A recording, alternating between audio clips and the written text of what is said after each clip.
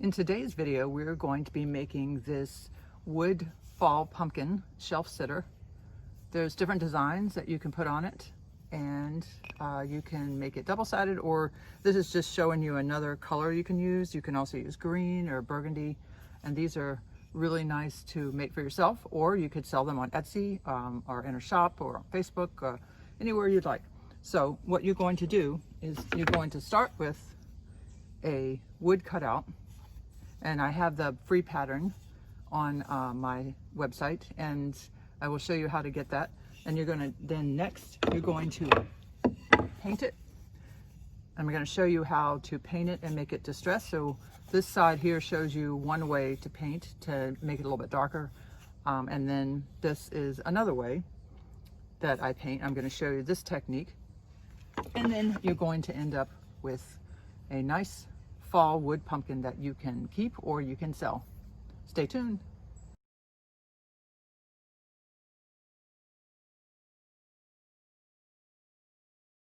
Okay, so the supplies that you'll need to make your wood pumpkin shelf sitter are, first you'll need some wood, and we used a 1x8 pine board, and it ends up being approximately 3/4 inch deep, and the pattern will cut it 8 inch wide, and the whole thing is about 7 inches tall. And your working area for your pattern, you wouldn't want it any more than 6 inches wide by 4 inches, so 4 by 6, but even maybe a little bit smaller than that. So once you have this cut out, then you'll also need some other supplies. So these are the paints I use. They're cheap. You can get them at Walmart. They're like 50 cents each, and believe it or not, these are the best ones I've found to work with. So the colors I'm using for this, I use some antique white, I use white, I use a regular brown, nutmeg brown I think it is, and then this one is a burnt umber, and a green, but now, and an orange.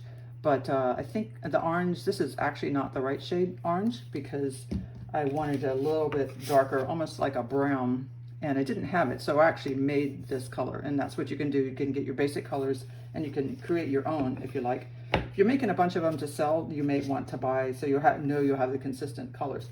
I think that is called burnt sienna. Not exactly sure, because I made my own. Then you'll need paint brushes and some raffia, because the raffia is tied around the stem. Let's see, and I have a sanding block. This is sanding block we made, and it's just a piece of scrap wood. You can buy sanding blocks, but this way you can just change the sanding paper over and over. You just staple it on the back, and we use an 80 grit sandpaper, and it is pretty rough, and I'll show you why I use that, because what I'm trying to create are these like little grooves, and you can see them maybe closer. You see the grooves, and then to make it rustic looking and distressed, and you want to use that 80 grit to do that, and it also is good for rounding the edges, so that will do everything. And what else we need? We need a stencil. So this is a stencil I designed, and it's one of the free ones that I'll give you in the template directory. And then you'll need, and you create this stencil by using a cutting machine, a Cricut Silhouette. And I'm not really showing you how to use the Cricut Silhouette. This video assumes that, I guess, because this video is just to teach you how to make this project. But if you have questions, I'm willing to answer them. So you'll have your stencil with transfer tape on top, and that's what you'll use to transfer it down. So these are the basic supplies that you need. Yes, and then so now let's get started. So how do we turn a plain board that we painted white first into this board, or this pumpkin, that has kind of an antique look, and it has some design in it, and it's rustic. It's not just one solid flat color. So step one is you want to paint your pumpkin white, and you can paint this, you can paint the back, the sides, you can also paint the back a different color, like brown if you want. And I also paint the stem. I use the burnt umber, And then in the middle, I used a little bit of this lighter brown to give it some character and shading, I guess. So dark here, and then a little shading. But you can do anything you want. All these things are what I do, but doesn't mean that's, you know, the way you have to do it. You can paint any color that you like. So this is the one way I'm doing it and showing you. So now that I've got this painted white, and I paint it, and if I don't want to wait, I use my hair dryer. So this dried really fast. And the next thing I'm gonna do is take my paintbrush, and I'm not gonna use a lot really, and I'm gonna go and make kind of lines. Doesn't make much sense right now.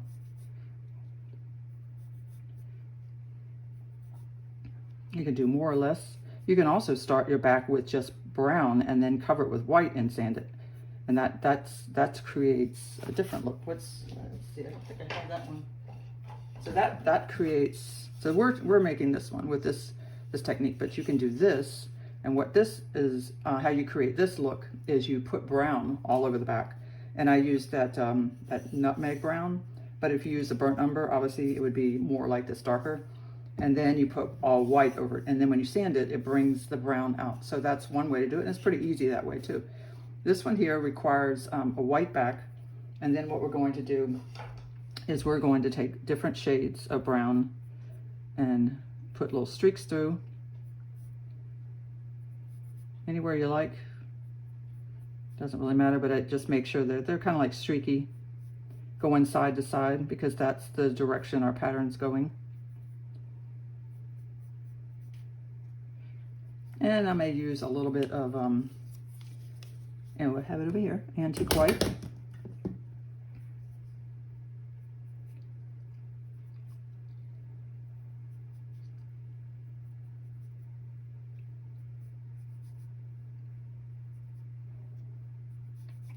Okay, so we have a good amount on here, and we're gonna have to let this dry, obviously. So come back when it's dry. So our wood is dry, and now we're going to sand. So this is where the really stiff 80 grit sandpaper really works well to start to blend all those colors together. I'm going to also sand around the edges. And as you sand, you can see that everything is blending together. And this is going to take you a little bit. This process is a little bit long. So you may want to do the other method where you paint the whole background brown, and then you paint the, over top you paint white. And then when you sand, it's a little bit easier. You're not going to get as many of the colors. I guess you could paint the back like different shades of brown. So there's several methods to create this. And as you're doing this as well, besides blending the colors, it's also making like fine little scratches in the wood that give it some character. Now you can see here, I didn't really add enough color. I think it really needed to be covered more, because if we're going to create this look where it's all really, really blended, we need more color. You could also start with a beige background. That might help a little bit. And I'm gonna also show you how I created these little, tiny little lines. All right, so this process will take a while. So we will come back when it is all done. So I put the stencil on, and I didn't show that on camera because it's a pretty, like a tedious process. Sometimes the little pieces don't stay down, and I figured you wouldn't want to watch that. So I'm using my burnishing tool to really get that stencil down on the wood. The next step is I'll use my pick and hold that down and pull the transfer tape off.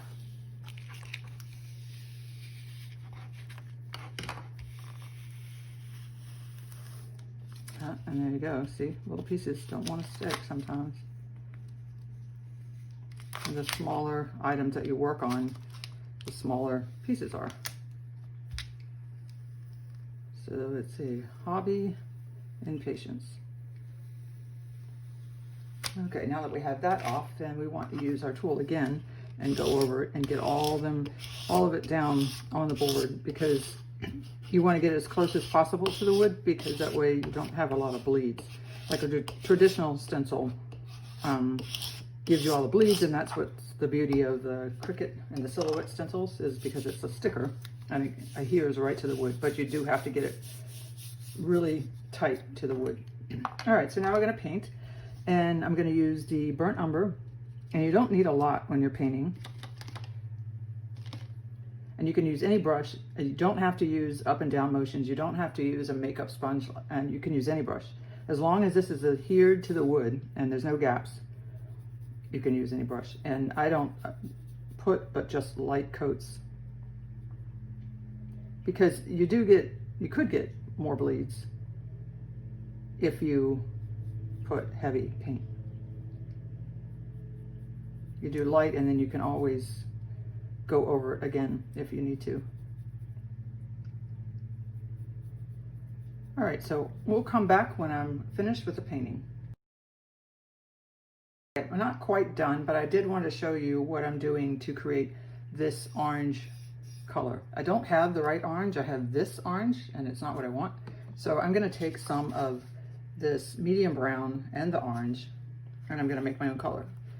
Super simple. If you don't have all the colors you need, you just look at the color wheel. You can go on Google and find out what colors go together to make certain colors. That way you don't have to buy every color. If you're selling these items, the pumpkins, you may want to buy the color just so you have it consistent. All right, so I'll finish this and I will come back. All right, I took the stencil off, and I didn't record that because it's just like putting the stencil on. When you take it off, sometimes it's tedious, it takes a little bit of time, and it's not great to put in a video because you have to take these little pieces out, tiny little pieces. Sometimes they don't cooperate. So I figured I wouldn't make you wait through that. So you can see, I don't know if you can see in the light, this is a little bit darker and this is lighter. So I also blended in a little bit more brown. So you can give the words even some character instead of just having like solid color. And this is very dark. And if you look at this one here, it's not quite as dark. It's hard to tell in the video. But this is an example of why each one is unique. There's no way to make each one exact. And I can take sandpaper now and I can sand this slightly to make it rustic. The next thing is, if you have any bleeds, okay, I have a bleed right there, a tiny little bleed, and I would take a little bit of beige paint and fix it. Or you can leave it, give it a character, but I wanted to show you what I use.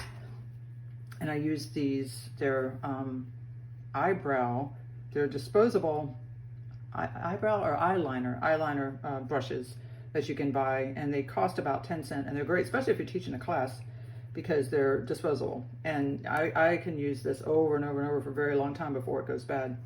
And like I said, 10 cents, you can't beat that. So they are great to get right into the little places where you have bleeds.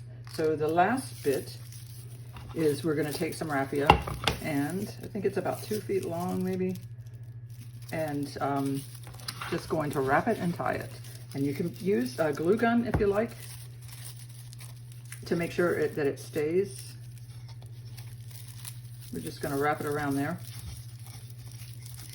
and then we're just going to tie it in a knot. It may stay. The other one I didn't stay, so you could put glue, a glue gun, and then I kind of just cut these off a little bit shorter, kind of like make it ragged. Let's see, I don't want it too long.